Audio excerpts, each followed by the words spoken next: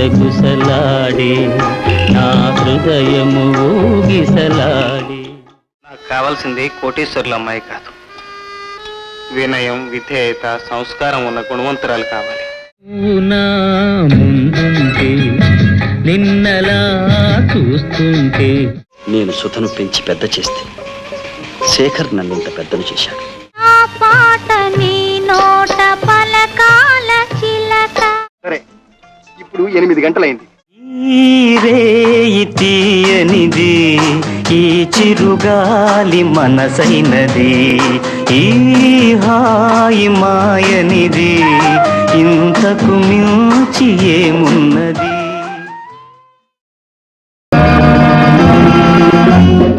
ఎంతవారు గాని వేదాంతులైన గాని వాళ్ళు చూపు సోకగానే తేలిపోదు రోయ్ కైపులో కైపులో కైపులో.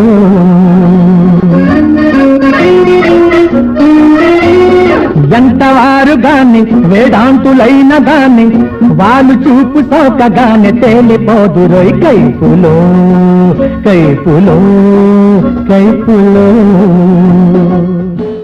ఈ రేయి తీయనిది, ఈ చిరుగాలి మనసైనది, ఈ హాయి మాయనిది, ఇంతకు మించి ఏమున్నది. నమస్కారం. యాక్ట్ టాకీస్కు స్వాగతం, సుస్వాగతం. థియేటర్లో కూర్చొని సినిమా చూసే ప్రేక్షకులకు తెర మీద కనిపించే కథలు మాత్రమే తెలుస్తాయి, తెర వెనుక కథలు తెలియవు. ప్రతి సినిమాకు తెర వెనక ఒక కథ ఉంటుంది. అంటే సినిమా నిర్మాణానికి ముందు, సినిమా తీసే సమయంలోనూ ఎన్నో చిత్ర విచిత్రమైన విషయాలు, సన్నివేశాలు, సంఘటనలు చోటు చేసుకుంటాయి. మరి అలాంటి విశేషాలను తెలుసుకోవాలని మీకు ఉందా? అయితే మీకోసమే యాక్ట్ టాకీస్ ఫ్లాష్ బ్యాక్. ఈ రేయి తీయనిది, ఈ చిరుగాలి మనసైనది, ఈ హాయి మాయనిది, ఇంతకు మించి ఏమున్నది. ఎన్టీఆర్ నటించిన ద్విపాత్రాభినయ చిత్రాల్లో భలే తమ్ముడు ఒకటి. ఇది ఓ హిందీ చిత్రానికి రీమేక్. ఎన్టీఆర్కి బాగా దగ్గరి వ్యక్తి అట్లూరి పుండరీకాక్షయ్య దీనికి నిర్మాత. ప్రముఖ హిందీ గాయకులు మహమ్మద్ రఫీ తొలిసారిగా అన్ని పాటలు పాడిన తొలి తెలుగు చిత్రం. మరి ఈ చిత్రం తెర వెనుక విశేషాలు తెలుసుకోవాలని మీకు ఉందా? అయితే మీకోసమే యాక్ట్ టాకీస్ ఫ్లాష్ బ్యాక్.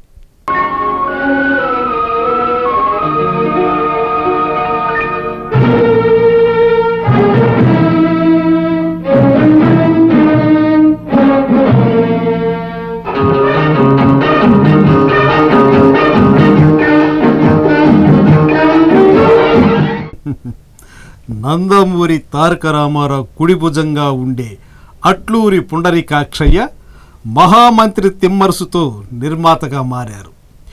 ఈ సినిమాను నర్రా రామబ్రహ్మంతో కలిసి నిర్మించారు ఆయన. ఆ తరువాత తారక రామా పిక్చర్స్ అధినేత కనకమేడల తిరుపతయ్యతో కలిసి శ్రీకృష్ణ అవతారం నిర్మించారు. ఈ సినిమా కూడా ఘన విజయం సాధించడంతో రెట్టించిన ఉత్సాహంతో ఎన్టీఆర్తో మరో సినిమాకు సన్నాహాలు మొదలుపెట్టారు పుండరీకాక్షయ్య.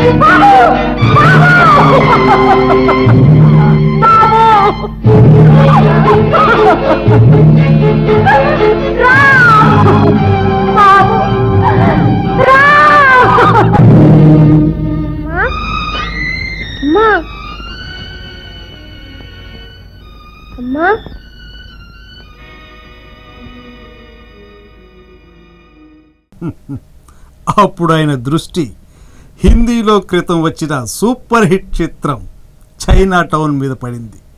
షంబీ కపూర్, షకీలా, హెలెన్ కాంబినేషన్లో శక్తి ఫిలిమ్స్ బ్యానర్పై శక్తి సామంత ఆ చిత్రాన్ని రూపొందించారు. చైనా టౌన్ దక్షిణ భారత పునర్నిర్మాణ హక్కుల్ని కేవలం 2000 రూపాయలకే ప్రముఖ తమిళ నిర్మాత బాలాజీ చేజిక్కించుకున్నారు.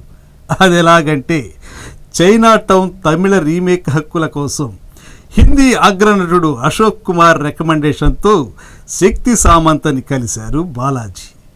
అలాగే తప్పకుండా ఇస్తాను, నాకేం డబ్బులు అవసరం లేదు, రచయితకు మాత్రం 2000 రూపాయలు ఇవ్వండి అన్నారు శక్తి సామంత. అలా బాలాజీ చైనా టౌన్ని తమిళంలో ఎంజీఆర్తో కుడి ఇరిందా కోయిల్ పేరుతో నిర్మాణం మొదలుపెట్టారు.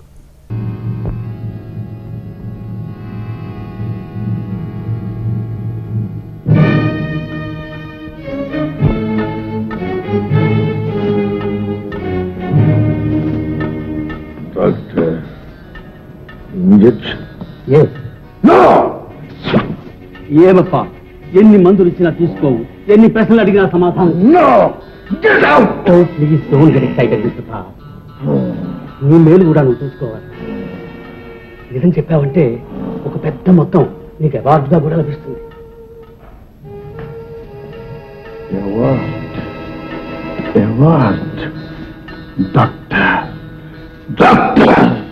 కొకినులతోనైనా సరే ఈ పాలను కొనలేరు.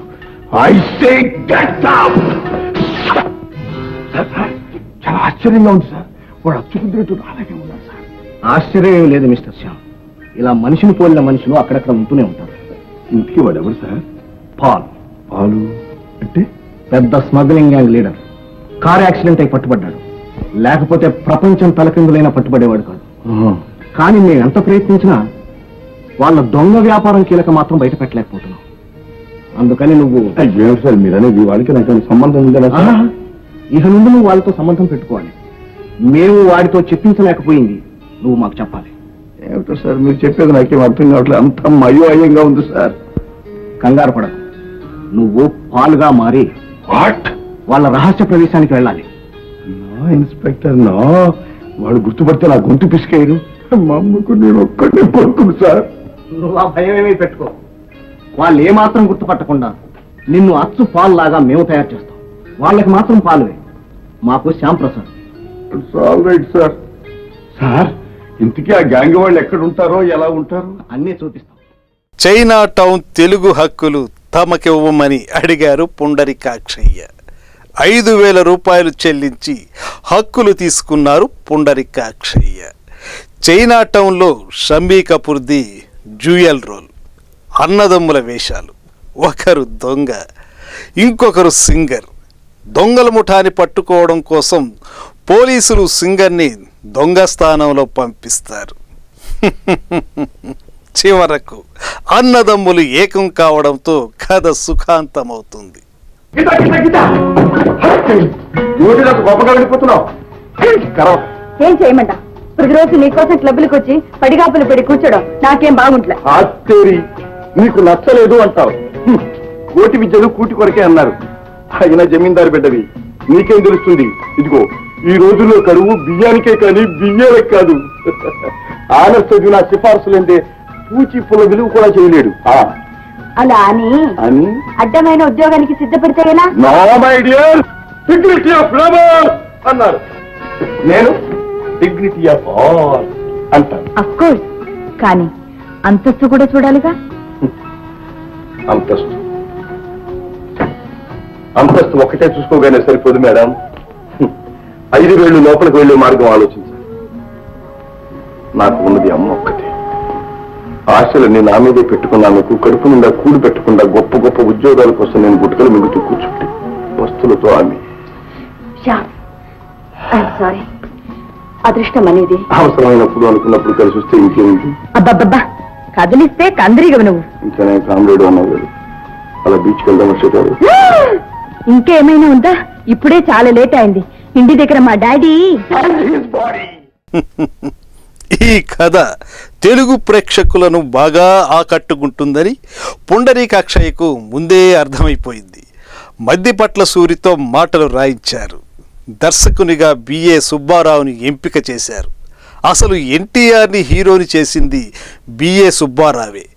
మన దేశంలో చిన్న పాత్ర చేసిన నందమూరికి తన పల్లెటూరి పిల్ల సినిమాలో ఏకంగా హీరో పాత్రని ఇచ్చారు. దర్శకునిగా ఆయనకు అదే తొలి చిత్రం కూడాను. తర్వాత ఎన్టీఆర్తో రాజు పేద, భీష్మ, అక్కినేనితో చెంచు లక్ష్మి తీశారు బిఏ సుబ్బారావు. ఇలాంటి సినిమాలు తీసిన బిఏ సుబ్బారావు భలే తమ్ముడు సినిమాని ఎలా మలుస్తారో చూడాలని చాలామంది ఆసక్తిగా ఎదురు చూడసాగారు. ఏం నాయనా ఇవాళ ఇంత ప్రొద్దుపోయిందే? ఇవాళ ఒక్కరోజేలే అమ్మా, రేపు నేను హైదరాబాద్ వెళ్ళిపోతున్నాగా. హైదరాబాదా? అక్కడికి ఎందుకు నాయనా? అవునమ్మా, ఎప్పుడు చూసినా గొర్రెకి బెత్తిడితోకేనని ఇక్కడ ఎన్నాళ్ళున్నా ఎదుగు బతుకులేని బ్రతికేక. నాలాంటి గాయకుడికి హైదరాబాదే లాయకి అమ్మా. అక్కడ మంచి మంచి అవకాశాలు ఉంటాయి అమ్మా, పెద్ద ఆదాయం కూడా వస్తుంది. వద్దు బాబు వద్దు, ఇప్పుడే ఉన్న ఉద్యోగం సంపాదన చాలు. అదిగాక నాకు హైదరాబాద్ అంటే మహా చెడ్డ భయం. అక్కడ బండిపోటు దొంగలు గుండాలు. ఆ రోజులన్నీ పోయాయమ్మా. ఇప్పుడైతే మన రాజధాని భాగ్యనగరం బ్రహ్మాండంగా ఉంది. ఆ భయాలన్నీ వదిలేయమ్మా. అమ్మా శుభంగా వెళ్తానంటే ఏమిటమ్మా ఇది? వెళ్ళని అమ్మా. సరే, నీకంత వెళ్ళాలంటే నేను వస్తాను కాబట్టి. అలాగే వద్దుగానమ్మా, నేను వెళ్ళి ఉద్యోగం అది చూసుకుని మనం ఉండటానికి మంచి ఇల్లు అదంతా ఏర్పాటు చేసి ఉత్తరం రాస్తానమ్మా. నేను ఉత్తరం ఎందుకు, నేనే వచ్చి తీసుకెళ్తానమ్మా.